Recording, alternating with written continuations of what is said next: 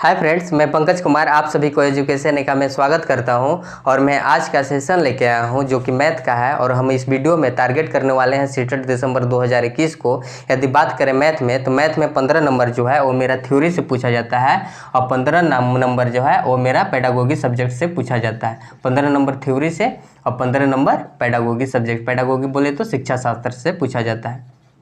ठीक, और इस वीडियो में हम आज का टॉपिक रखते हैं नंबर सिस्टम, वो भी एक जीरो लेवल से। यदि बात करें नंबर सिस्टम की यानी संख्या पद्धति की, तो जनरली हम लिखने के लिए 10 अंकों का प्रयोग करते हैं। 10 अंकों का प्रयोग करते हैं, वो अंक है 0, 1, 2, 3, 4, 5, 6, 7, 8 और 9। जनरली लिखने के लिए 10 अंकों का प्रयोग करते हैं। अब बात करते हैं संख्याओं का प्रकार। संख्या कितने प्रकार की होती है, यानी क्लासिफिकेशन ऑफ नंबर, संख्याओं का वर्गीकरण। ठीक, तो संख्या दो प्रकार की होती है। पहला हो गया वास्तविक संख्या और दूसरा हो गया काल्पनिक संख्या यानी इमेजिनरी नंबर। यदि बात करें वास्तविक संख्या यानी रियल नंबर की, तो वास्तविक संख्या वह संख्या होती है जो माइनस इन्फिनिटिव से स्टार्ट होकर, क्या माइनस इन्फिनिटिव से स्टार्ट होकर dot dot dot plus infinity तक जाती है, वह वास्तविक संख्या की कैटेगरी में आती है। अब बात करते हैं काल्पनिक नंबर। तो काल्पनिक संख्या यह मेरा सिलेबस में नहीं है तो इसको हम पढ़ेंगे नहीं। तो इसके एग्जांपल के लिए बात करें तो √-3 यह एक काल्पनिक संख्या है। √-7 क्या है, काल्पनिक संख्या यानी इमेजिनरी नंबर है, जो कि मेरा न पेपर 1 के सिलेबस में न कि पेपर 2 के सिलेबस में, दोनों सिलेबस में नहीं है, तो इसको हम काट देते हैं। अब बात करते हैं वास्तविक संख्या के कितनों भागों में बांटा गया है। तो वास्तविक संख्या के दो भागों में बांटा गया।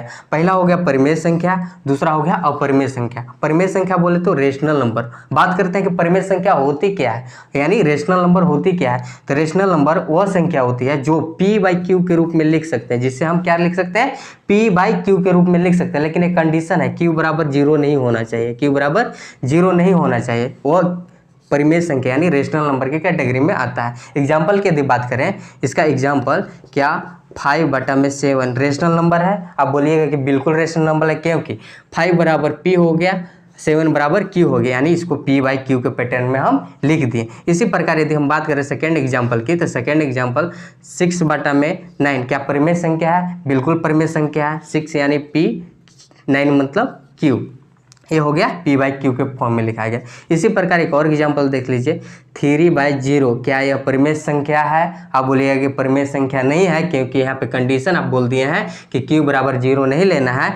p तो हो गया मेरा 3, ठीक, p हो गया 3, लेकिन q जो है वो 0 आ जा रहा है, लेकिन कंडीशन में क्या है, q बराबर 0 नहीं लेना है। अब बात कीजिए करते हैं 2, क्या परिमेय संख्या है या नहीं है। परिमेय संख्या है, क्योंकि इसके नीचे 1 हमेशा रहता है, इसीलिए ये 2 हो गया p और 1 हो गया q, ये हो गया परिमेय संख्या। ठीक, अब बात करते हैं अपरिमेय संख्या। अपरिमेय संख्या होती क्या है, जैसे कि हम परिमेय संख्या में p/q के फॉर्म में लिख दिए, ठीक, लेकिन कंडीशन है कि q बराबर 0 नहीं होना चाहिए। लेकिन उसी प्रकार अपरिमेय संख्या के जस्ट विपरीत होता है, ठीक, यानी इसको p/q के रूप में नहीं लिख सकते हैं। तो लिख क्या सकते हैं इसको, एग्जाम्पल की यदि हम बात करें, √3 अपरिमेय संख्या है, √7 अपरिमेय संख्या है, √5 अपरिमेय संख्या है। तो आई होप कि आप परिमेय संख्या और अपरिमेय संख्या आप समझ गए होंगे। अब बात करते हैं परिमेय संख्याओं को प्रकार कितने, यानी रेशनल नंबर के प्रकार। तो रेशनल नंबर को 3 प्रकारों में बांटा गया है। पहला हो गया प्राकृतिक संख्या यानी नेचुरल नंबर। ठीक, नेचुरल नंबर किसे कहते हैं, कि वह संख्या जो गिनने के काम में आ जाए। गिनने के काम यानी 1 से स्टार्ट होती है, 1 2 3 4 5 6 7 8 dot dot dot dot dot infinity तक, ये क्या है, प्राकृतिक संख्या, नेचुरल नंबर, यानी गिनने के काम में आ जाए। अब बात करें तो पूर्ण संख्या। पूर्ण संख्या होता क्या है, तो पूर्ण संख्या 0 से स्टार्ट होकर अनंत तक जाता है। यह क्या होता है, 0 1 2 3 4 डॉट डॉट डॉट इन्फिनिटी तक जाता है। ठीक, प्राकृतिक संख्या, पूर्ण संख्या। अब बात करते हैं पूर्णांक, यानी पूर्णांक इंटीजर नंबर होता क्या है। तो पूर्णांक संख्या वह होती है जो माइनस इन्फिनिटी से स्टार्ट होकर 0 तक और 0 से स्टार्ट होकर प्लस इन्फिनिटी तक जाती है, यह पूर्णांक संख्या होती है।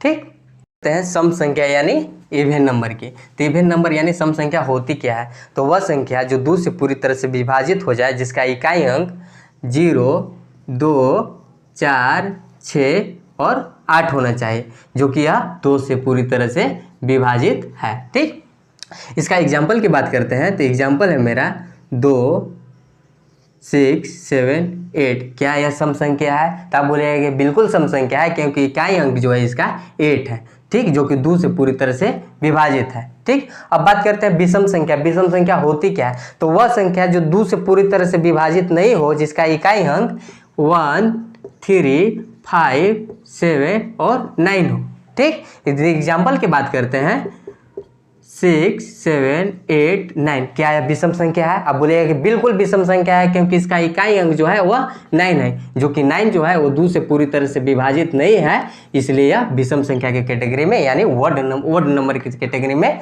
आती है। अब बात करते हैं भाज्य संख्या यानी कंपोजिट नंबर होता क्या है? तो वह संख्या जो 1 से विभाजित हो, अपने आप से विभाजित हो, और तीसरा कंडीशन ये होता है कि किसी भी संख्या से विभाजित हो, वो कंपोजिट नंबर यानी भाज्य संख्या के कैटेगरी में आता है। चलिए यहाँ पे हम लिख देते हैं, 1 से विभाजित हो, अपने आप से भी होना चाहिए, अपने आप से, ठीक। तीसरा है किसी भी संख्या से, तीसरा क्या है? किसी भी संख्या से विभाजित होना चाहिए। एग्जाम्पल के थ्रू इसको हम समझते हैं। जैसे में 12 हम ले लिए, क्या यह संख्या भाज्य संख्या यानी कंपोजिट नंबर है कि नहीं, इसको चेक करना है, कंडीशन लागू करेंगे, ठीक। 1 से विभाजित करेंगे, क्या 1 से विभाजित हो जाएगा? बिल्कुल विभाजित हो जाएगा, ठीक। दूसरा कंडीशन है अपने आप से भी विभाजित होना चाहिए, 12 को 12 से विभाजित कर देंगे तो बिल्कुल हो जाएगा। तीसरा है किसी भी संख्या से विभाजित होना चाहिए, तीसरा में किसी भी संख्या, 12 है, किस संख्या से विभाजित होगा? किसी मतलब कोई भी संख्या से, जैसे कि 4 से विभाजित हो गया, 3 से देखते हैं, 3 से हो गया, ठीक। क्या 6 से भी हो जाएगा? बिल्कुल 6 से हो जाएगा, ठीक। 5 से होगा? 5 से नहीं होगा, यानी किसी भी संख्या 2 यानी 2 से हो गया मेरा, 3 से हो गया, ठीक, 4 से भी हो गया और 6 से हो गया। ये मेरा कंपोजिट नंबर की कैटेगरी में आ गया, ठीक। अब बात करते हैं अभाज्य संख्या। अभाज्य संख्या होता क्या है इसे, ठीक। वह संख्या जो 1 से विभाजित हो और अपने आप से विभाजित हो और किसी भी संख्या से विभाजित नहीं हो, वो भी भाज्य संख्या होता है, सॉरी अभाज्य संख्या के कैटेगरी में आता है। एग्जाम्पल के थ्रू समझते हैं। क्या कंडीशन है? 1 से विभाजित होना चाहिए। चलिए मान लीजिए एग्जाम्पल ले लिए 2, 1 से विभाजित है? बिल्कुल विभाजित है, ठीक। दूसरा कंडीशन है कि अपने आप से विभाजित होना चाहिए, अपने आप से विभाजित हो गया। तीसरा कंडीशन इसमें लागू नहीं करना है, किसी भी संख्या से विभाजित नहीं करना है, क्योंकि वह भाज्य संख्या के कैटेगरी में चल जाएगा। हमको निकालना है अभाज्य संख्या, चेक करना है क्या अभाज्य संख्या है कि नहीं। दूसरा एग्जांपल आप समझिए, 9, क्या यह भाज्य संख्या है कि अभाज्य संख्या, चेक करना है। क्या कंडीशन? 1 से विभाजित होना चाहिए और अपने आप से भी विभाजित होना चाहिए। 1 से विभाजित हो गया, अपने आप से हो गया, किसी भी संख्या से विभाजित हो जाएगा तो क्या किस कैटेगरी में चल जाएगा? भाज्य संख्या। 9 और से भी संख्या से भी विभाजित हो रहा है, किससे हो रहा है? 3 से हो रहा है, इसलिए जो 9 जो दिया हुआ है वो मेरा भाज्य संख्या है, न कि अभाज्य संख्या। यह क्या है? भाज्य संख्या यानी कंपोजिट नंबर है, ठीक। इसी प्रकार हम एक और एग्जाम्पल लेते हैं, 5। क्या यह भाज्य संख्या है कि अभाज्य संख्या? यदि चेक करना हो तो कैसे करेंगे? ये हमको क्या करना है? अभाज्य संख्या चेक करना है, यानी प्राइम नंबर चेक करना है। कैसे चेक करेंगे? 1 से विभाजित होना चाहिए, 1 से विभाजित हो गया। दूसरा कंडीशन क्या है कि अपने आप से विभाजित होना चाहिए। चलिए 5 को 5 से विभाजित कर दिए, ठीक। तीसरा कंडीशन किसी भी संख्या से विभाजित नहीं होना चाहिए। तीसरा कंडीशन क्या 5 और कोई संख्या से विभाजित होगा? तो बिल्कुल नहीं होगा। अब सोच रहे होगे कि 1 से तो हो जाएगा, 1 से हम ऑलरेडी कर चुके हैं, तो 1 से हम क्यों करेंगे? बताइए आप क्यों करेंगे? 1 से नहीं ना कर सकते हैं, 1 से हो गया, यानी किसी भी संख्या से विभाजित नहीं होना चाहिए। एक तो मेरा कॉमन है, इसमें भी मेरा कॉमन है, इसमें भी मेरा कॉमन है, 1 से विभाजित होगा, अपने आप भी कॉमन है, ठीक। किसी भी संख्या जो है इसमें किसी भी संख्या से विभाजित नहीं करना है। आई होप आप भाज्य संख्या यानी कंपोजिट नंबर और अभाज्य संख्या यानी प्राइम नंबर समझ चुके होंगे। अब बात करते हैं सहभाज्य संख्या होता क्या है। सहभाज्य संख्या वह संख्या होता है जिसका कॉमन फैक्टर 1 होना चाहिए। ये भी इस एग्जांपल के थ्रू समझते हैं। जैसे में 3, 7, क्या यह सहभाज्य यानी को प्राइम नंबर है? चेक करते हैं। इसका कॉमन फैक्टर क्या होना चाहिए? 1 होना चाहिए। चलिए कॉमन निकालते हैं इसको।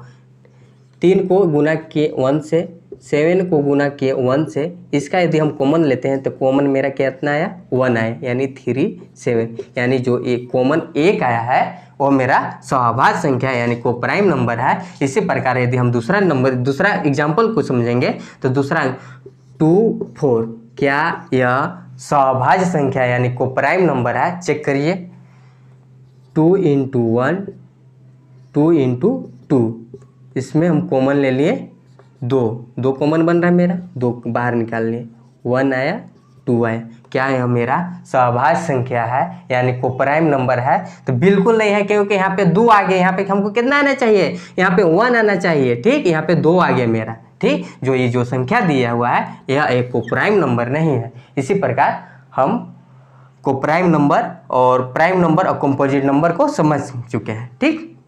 अब हम आगे बात करते हैं, ये तो हो गया संख्याओं का प्रकार। अब आगे बात करते हैं पूर्ववर्ती संख्या। पूर्ववर्ती संख्या होती क्या है, ठीक। बात करते हैं पूर्ववर्ती संख्या यानी प्रीडेसेसर नंबर और परवर्ती संख्या यानी सक्सेसर नंबर, ठीक। यदि हम बात करेंगे पूर्ववर्ती संख्या होती क्या है, तो वह संख्या जो किसी संख्या का पहले है, यानी यदि हमको 115 का पूर्ववर्ती संख्या निकालना है तो इससे पहले यानी इसमें से हम एक माइनस कर देंगे और पूर्ववर्ती संख्या में यानी परवर्ती संख्या में 1 को जोड़ देंगे।